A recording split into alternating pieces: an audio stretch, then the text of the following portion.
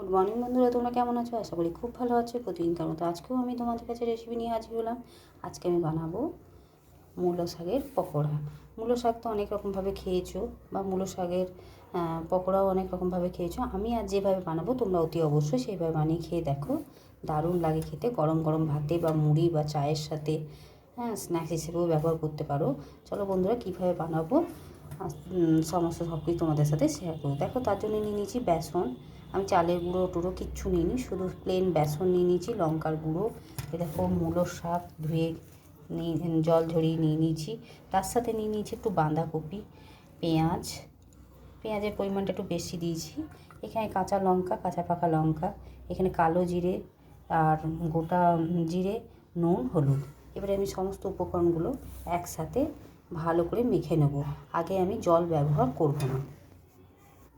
দেখো বন্ধুরা, সব উপকরণগুলো একসাথে একটা বড় জায়গায় ঢেলে নিলাম। এবার আমি খুব ভালো করে মাখিয়ে নেব।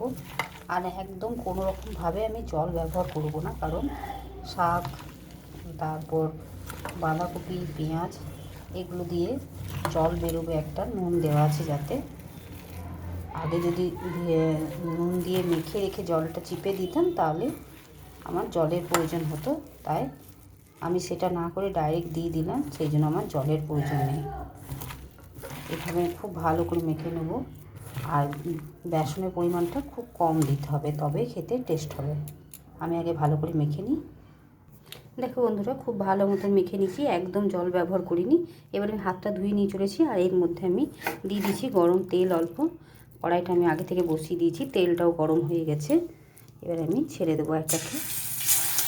যেরকম তোমরা বড় বড় ছোটো ছোটো খাবে সেইভাবে তোমরা দিয়ে দেবে। এইভাবে সমস্তগুলো দিয়ে দেবো, কতগুলো করে দিই। দেখো বন্ধুরা, কড়াইয়ের মধ্যে যতগুলো ধরেছে দিয়ে দিলাম। আমি দুবারে ভেজে নেব। এপিট ওপিট করে ভালো করে মুচমুচে লাল করে ভেজে নিয়ে তুলে নিয়ে বাকিগুলো একই রকমভাবে ভেজে নেব। আর মূলোর শাকের পরিমাণটা বেশি যত হবে তত টেস্ট হয় খেতে। একবার এইভাবে মূলোর শাকের পকোড়ি বানিয়ে খেয়ে দেখবে, দারুণ লাগে। দেখো বন্ধুরা, একদম মুচমুচে লাল করে ভেজে নিয়েছি। এগুলো তুলে নিয়ে বাকিগুলো একই রকমভাবে ভেজে নিয়ে তোমাদের কাছে ফিরে আসছি। দেখো বন্ধুরা, বাকিগুলো আমি একই রকমভাবে ভেজে নিলাম। এবারে এগুলোও তুলে নেব।